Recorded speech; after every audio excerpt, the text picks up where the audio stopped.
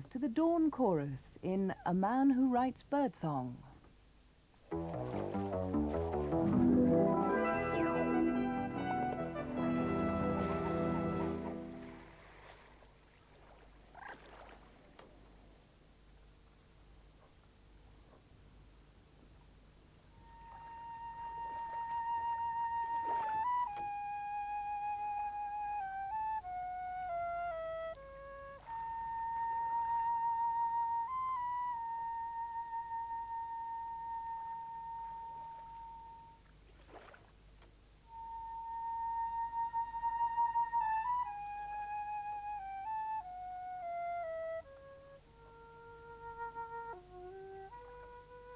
A lovely day, a beautiful river, a punt, and, to cap it all, a flautist playing Debussy's Syrinx.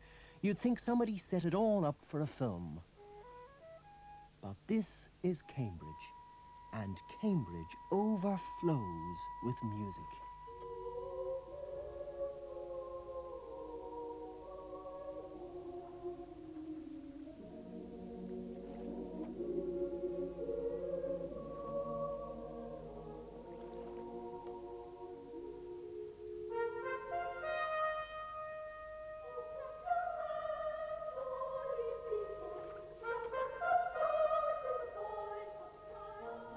The choirs of King's College and St. John's are world famous, but they're by no means the only songsters in Cambridge.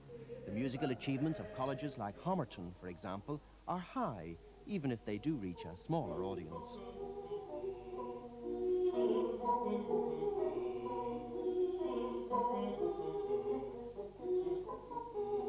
To David Hindley, being director of music at Homerton was more than a job. It was an absorbing and very rewarding way of life. Yet he decided to retire early. Why? What's he doing now?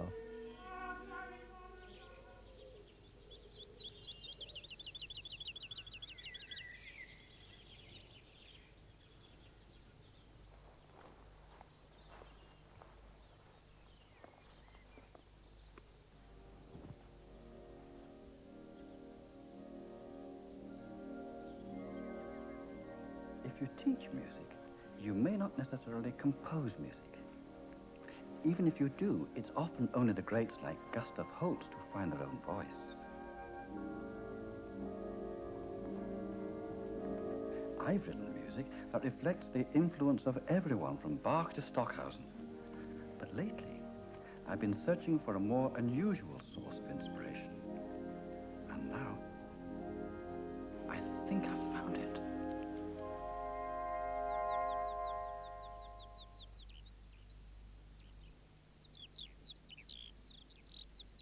A torrent of song. But that skylark isn't singing just for the fun of it. 200 feet up in the air, there are no visible boundaries. So the skylark has to mark out his territory with this continuous stream of sound. Not even a trained musician can take it all in as a live performance. That's why I'm getting it all down on tape.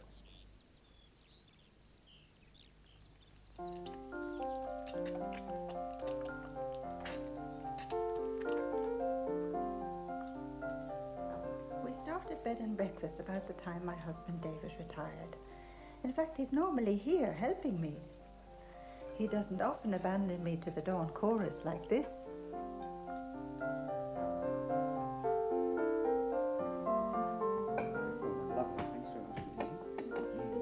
David designed the house himself, you know. It's rather unusual, and there's plenty of room for paying guests.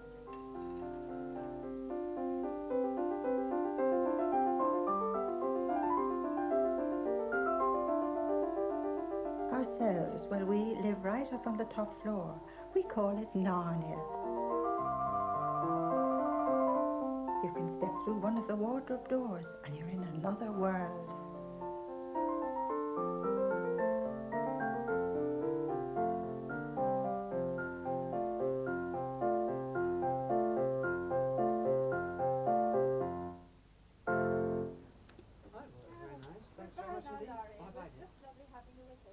We do ask our guests to be out of the house by 10:30 because there's laundry to do and bathrooms to clean, and it can be lunchtime before David can turn to his music.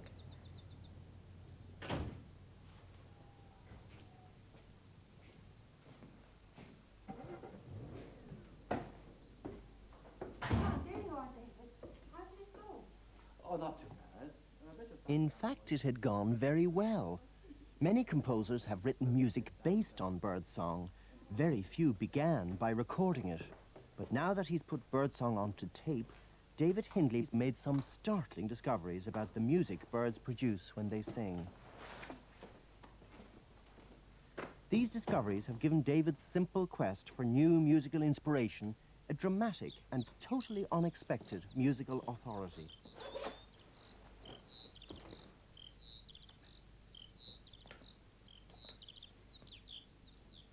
I suppose most people enjoy the sound of a bird singing.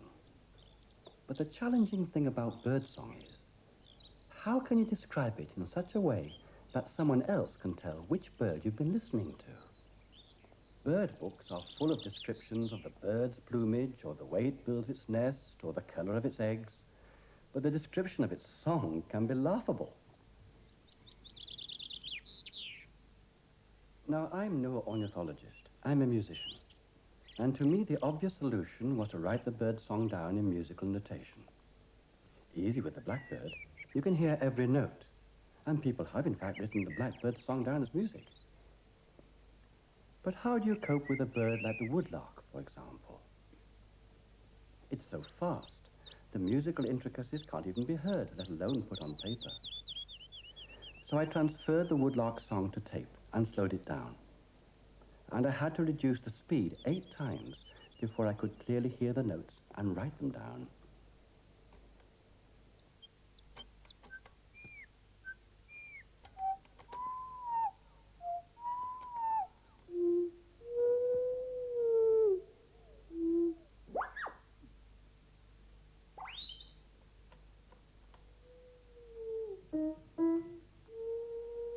So far, it all sounds pretty straightforward, but to someone as musically meticulous as David Hindley, it meant weeks of painstaking hard labor. So it has three, just about a flat. Listening to all the microtones the bird was producing, translating them to a piano score, and finally getting the timing spot on. And it was only then that I realized what the woodlark was doing. Obviously, it was making music. All songbirds do that.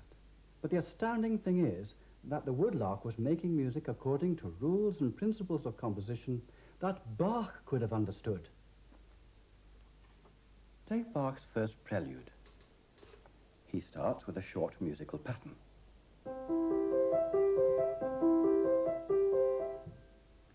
Then it changes it slightly.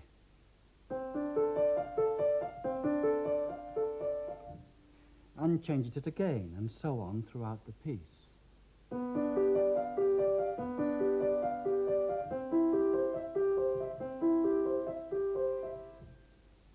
And here's the woodlark's prelude, written underneath Bach's. The woodlark starts with a short musical idea.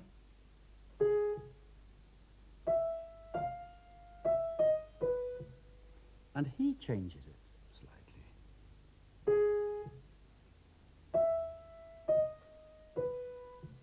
And he changes it again, and so on throughout the piece, just like Bach.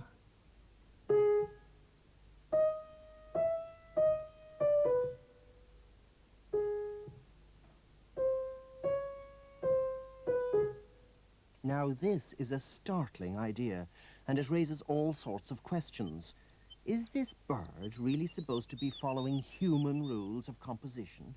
Surely not, because the woodlark was here long before man. On the other hand, Bach couldn't possibly have known what the woodlark was doing. It sings too fast. Now, this is the woodlark song, which I scored, some time ago.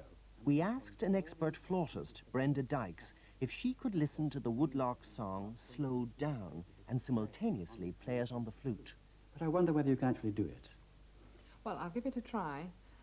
If you'd like to put it on, I'll put the Yes, earphones right. on.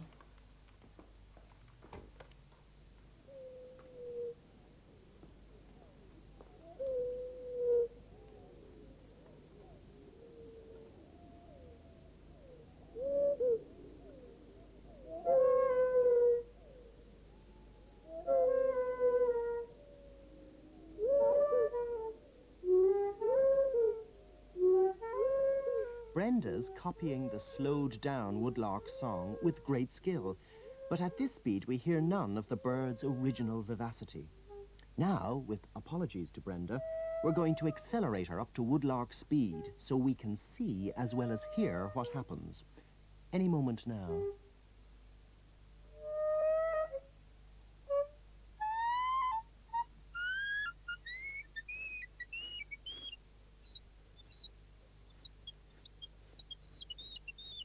Now Brenda's entered the time world of the woodlark, you can see how bird-like her movements have become.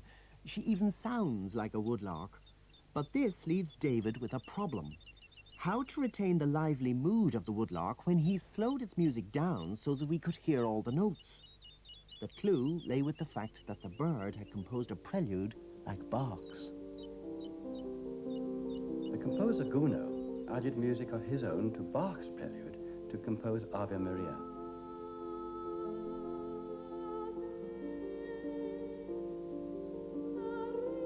So I felt justified in adding music of my own to the woodlark's prelude to weave a complex tapestry of sound.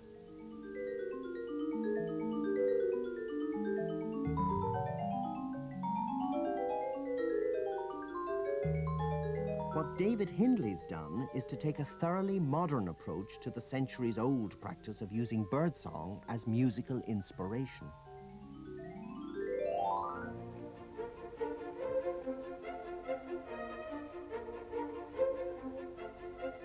In Haydn's 83rd Symphony, you can plainly hear the clucking of a hen.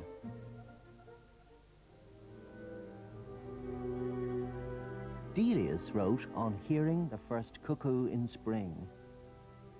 Messiaen's written a whole catalogue of bird music.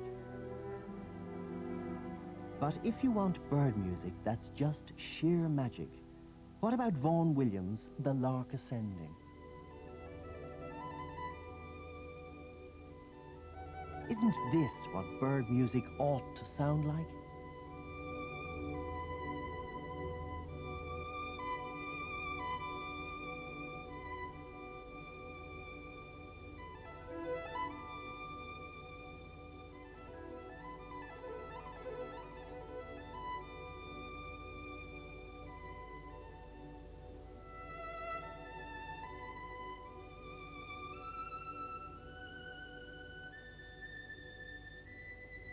Okay, that's glorious, but is it what the skylark actually sings? I didn't want to compose a beautiful impression of a skylark. I wanted to let the bird itself actually do the composing. The question is, was the skylark a good enough composer? Hail to thee, blithe spirit, or no, there must be some who'd regard this as no more than a stream of jubilant twitter. But as soon as I slowed it down, and this time I had to slow it down 16 times, I knew I'd found the bird I was searching for. The Beethoven of birds.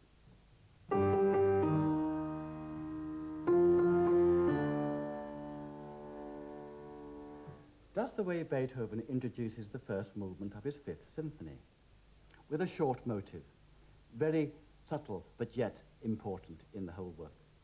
The skylark also begins with a motive very similar to the Beethoven in its song, like this.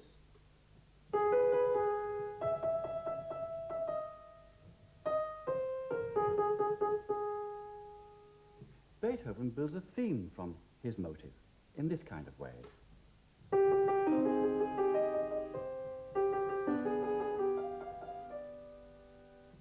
And the skylark builds a theme from its own motive in this fashion.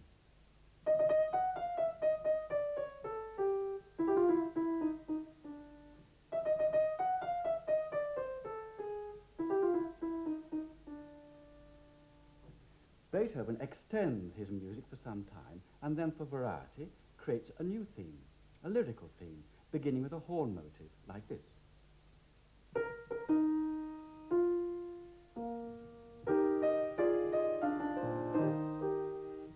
And strange as it may seem, the skylark builds a new theme using a horn motive after it's made an extension in this kind of fashion.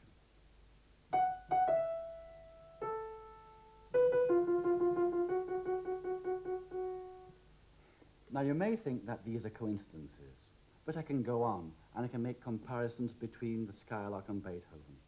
And we find that the coincidences increase in number.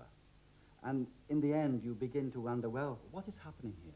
The Skylark seems to be following very, very precisely the kind of rules of composition and form which Beethoven actually uses. And this is an amazing thing. Here is a bird with the same kind of mind as Beethoven, creatively composing its music. We find the development taking place. We find a recapitulation taking place. And all these things add up to something very significant, I believe. And at the very end, the Skylark brings back the opening material that we heard in this fashion.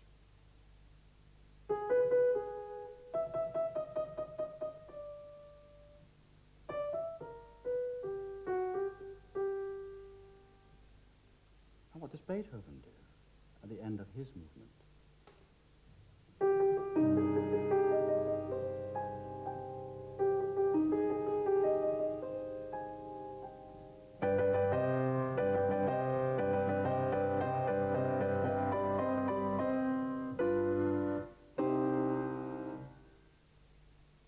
Now that he had the Beethoven of birds writing for him, David was able to let the Skylark itself do much more of the composing. Just as well, by the time he'd slowed things down 16 times, the Skylark's original 48 seconds of song was 13 minutes long and stretched for 60 sheets of manuscript paper. But because he'd slowed it down, once more David was obliged to restore the jubilation of the Skylark's torrent of song by adding some notes of his own. And by the time he'd finished his Skylark opus,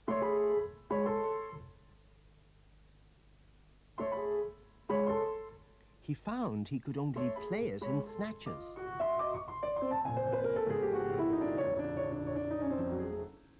The Skylark was such a virtuoso musician that restoring its panache gave rise to fiendishly difficult music.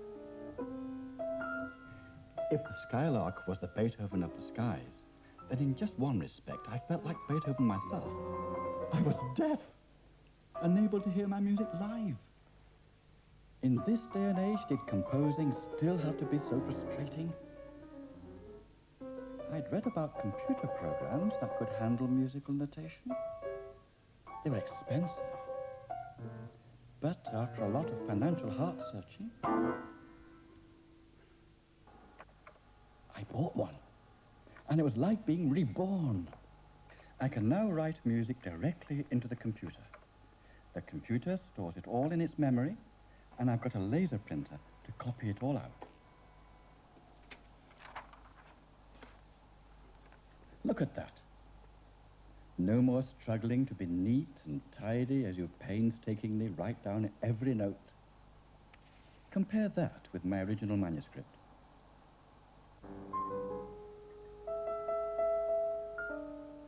As well as my grand piano, I'd also bought a digital piano. The sound may not be quite so good, but at least I could play through headphones to avoid disturbing everybody. This gives me a second way of feeding music into the computer directly from the keyboard. But best of all is this. Once I have keyed my music into the computer can play the music back to me automatically through the piano. At least that's what the brochures said. But at the time, David was no computer expert. He couldn't take on the intricacies of the Skylark song straight away. Gingerly, he set foot in the new world of computerized music by programming in some of his own more traditional pieces. Soon, David was able to sit back and enjoy faultless performances of his own piano music, played by the computer. In fact, the computer could even conjure up 4 hands, so David could now listen to the duets he'd composed to play with his daughters.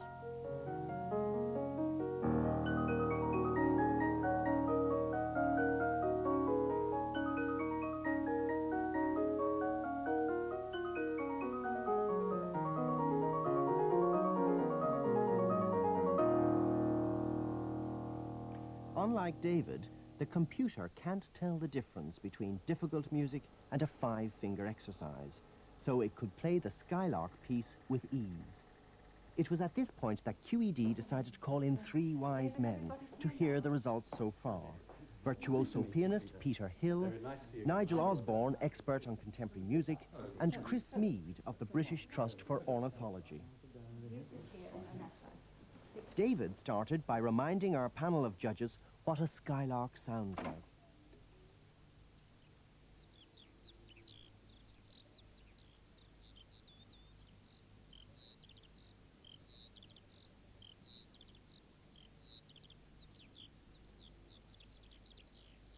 Now, that's pretty fast. I counted the notes, and I discovered that there were probably 250 notes being performed per second. Very fast, but then we're dealing with an organism which is a lot smaller than we are. Here we are wandering around at, well, speaking personally, at about 100 kilograms, and you're talking about a skylark about 50 grams, so it's got very, very much faster heart rate and everything else, so it's living life in the fast lane, and that to a skylark is music, presumably, in the same way that music is to us, but very much speeded up. So I had to slow down the speed of that skylark song 16 times so that we could hear every individual note, and then I could transcribe it for piano.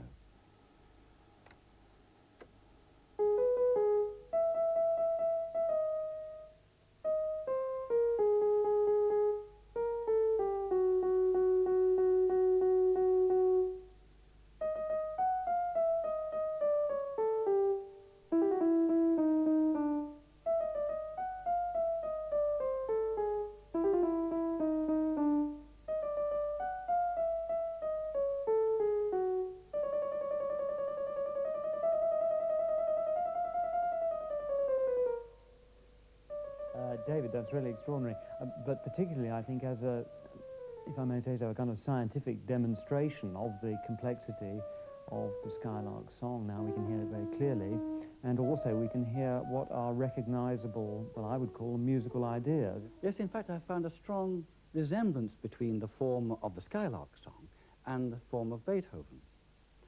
How can it be that the Skylark can use the same kind of rules in composition as, in fact, a human being can do, as Beethoven can do?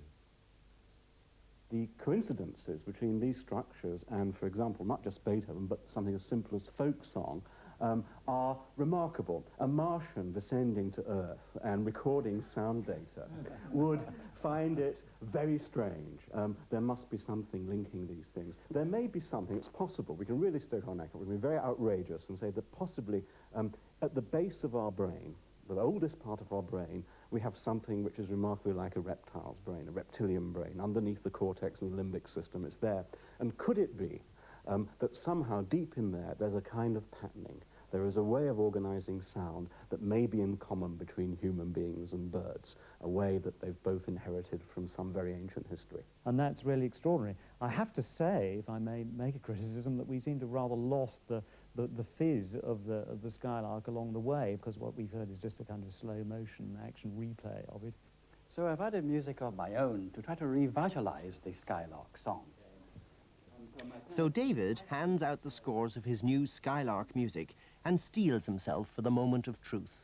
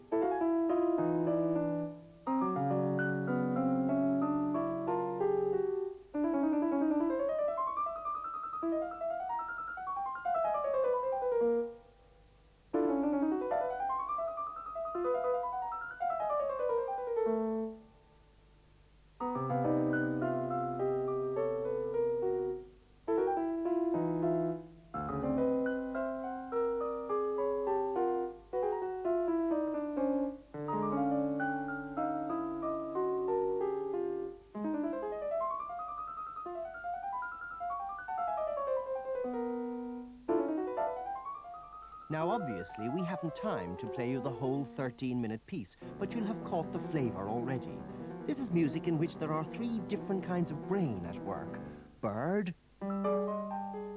human, and computer. And the result? Well, it's far from the sweetness of Vaughan Williams' The Lark Ascending. This is declamatory music, carving out new territory from the air, just like the skylark has to do. It's as if David Hindley had entered the mind of the skylark and offered it, instead of its tiny syrinx voice box, a full-scale piano to make music on.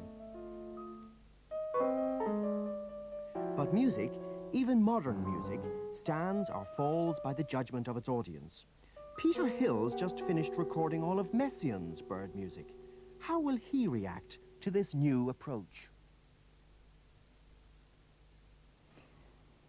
Well, it's definitely a 20th century composer, I think, that wrote this. There's a high degree of dissonance, which I think would be foreign to classical masters, the Haydns and Schuberts of the musical world, but also there's this very intense rhythmic drive to it and incredible rhythmic variety as well. I mean, I was sort of momentarily reminded occasionally of certain 20th century composers. Stravinsky came to mind, Schoenberg came to mind, Boulez came to mind as well in places. But this is definitely a new voice, I think. From the point of view of dissonance, I don't hear it as dissonance at all. I don't hear it as 20th century in any sense whatsoever. All of the notes that we might think as being out of tune and dissonant are things that actually occur in the nature itself of the bird song. For example, when the bird is producing two notes at once, as it can, we're not just getting those two notes in nature, we're getting the addition of the two of them, putting the two together, and taking one away from the other. We're getting two extra tones at least, and many more, in fact. We call them summation and difference tones. And as far as I can hear, what you've simply done is to bring those things out of the subconscious and half hearing into real hearing. And so they actually become not dissonances, but consonances. And they're millions of years old. They're nothing to do with the 20th century. They're very ancient and very beautiful. And David's saying, what, as a composer, can I learn from this natural phenomenon? What can I by reproducing it faithfully, what can I take in? It's inviting us to look at nature and listen and value it. And that's the most valuable thing for me about the piece. I think it's a terrific piece of work, personally. And I had to put the score down sort of halfway through because I don't really read music properly and got totally lost. I am basically amazed that 48 seconds of an anonymous skylark's life should give rise to that. I mean, that really is the staggering thing to me, the amount of information that skylark was giving out in a tiny part of one day in its life has actually given rise to all that. And even though that means the piece is fiendishly difficult to play, Peter Hill can't resist sight-reading a few bars. Sort of real flight of fancy, really. It is, isn't it? And then that phrase Obviously, itself, David Hindley's Skylark transcription has passed its first test. down at the end, he tries it again, and they go Skylark. What's surprising is that all three musicians seem to agree that both man and bird share the same rules for musical composition. If this is true, every spring thousands of airborne composers each generate in the space of a few minutes enough musical material for a symphony. In a lifetime devoted to music, Beethoven wrote 9 symphonies. In the interval between dawn and dusk, the skylark composes hundreds.